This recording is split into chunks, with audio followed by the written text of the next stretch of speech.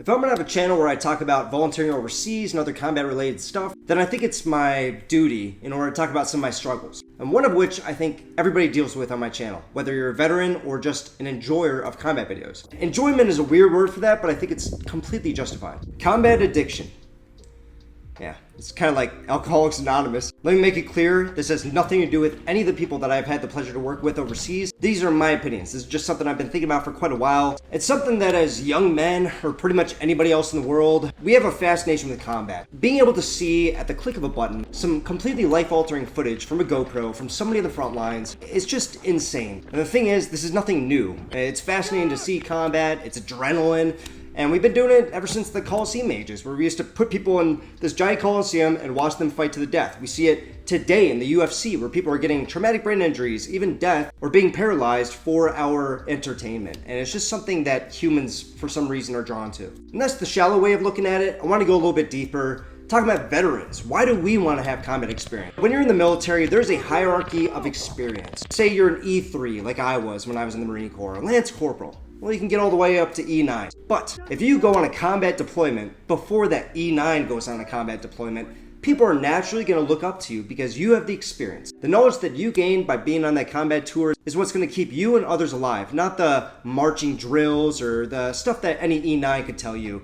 who hasn't been on those operations. And that pretty much goes for any job that you have in the world, where if you go into a job and somebody's been there 10 years, you're going to listen to him for his advice on working that job and how to stay sane if you're working in customer service. I know that firsthand. But yeah, in the military, it's even more so because the information that you get from these guys who have experience is going to keep you alive. You're not only going to listen to those guys, but you're going to give them the utmost respect for what they did and the information that they can give you. One of the last speeches I got in Marine Corps boot camp right before I was about to graduate, September 11th, 2015. We were about to go out to lunch, but this gunnery sergeant that we've seen a couple times, he brought us back, made us sit down, and he gave us a little speech. And he told us how, I know you feel like you are on top of the world right now. You are a Marine. Congratulations. But I am afraid to tell you, this is not the end. This is just the start. You will never make it in your Marine Corps career. You'll never make it in life until you are 6 feet under in Arlington Cemetery. And this is the truth of it. No matter how much you give, no matter if you're injured a bunch or no matter how many combat experiences you did, it pales in comparison to the ultimate price that many of the Marines that are around you right now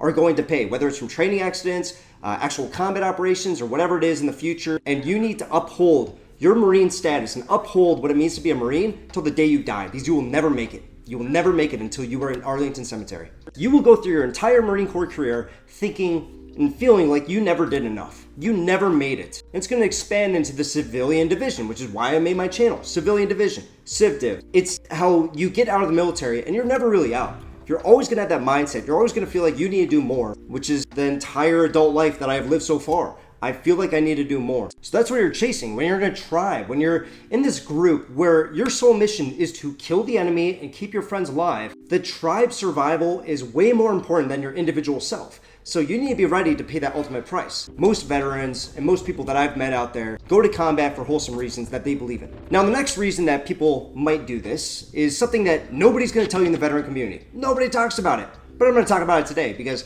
I care about you guys and I care about telling the truth. And this reason is pretty simple. I go to the gym because I like to feel fit. I like to hike. I like to do stuff. But it's also because I'm 5'5". If I were just skin and bones and I didn't go to the gym, I think people would treat me differently. I go to the gym so I can feel good about myself. I know that people see me and, okay, this guy goes to the gym. I might not want to beat him up or something. It's kind of archaic. It's kind of weird, but same thing goes for your outer portrayal.